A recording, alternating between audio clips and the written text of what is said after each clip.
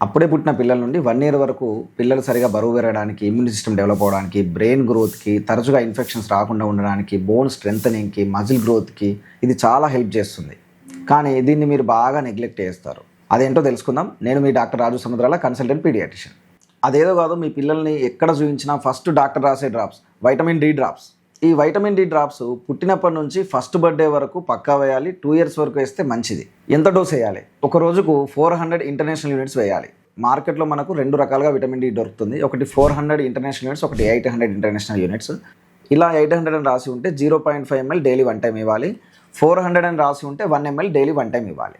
వేసే ముందు బాటిల్ని బాగా షేక్ చేయాలి. పాలు తాగిన తర్వాత వేయాలి. డ్రాప్స్ వేసాక డ్రాపర్ని బాటిల్లో పెట్టకూడదు.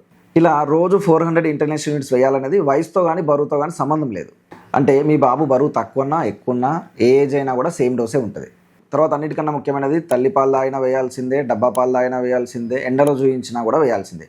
ఎందుకంటే తల్లిపాలలో విటమిన్ డి చాలా తక్కువ మొత్తంలో ఉంటుంది, అది ఎదుగుదలకు సరిపోదు.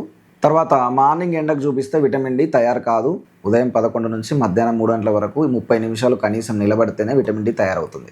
అంతసేపు ఈ చిన్నపిల్లల్ని ఎండలో పెట్టలేం కాబట్టి విటమిన్ డి ఫస్ట్ ఇయర్ అంతా వేయాల్సిందే.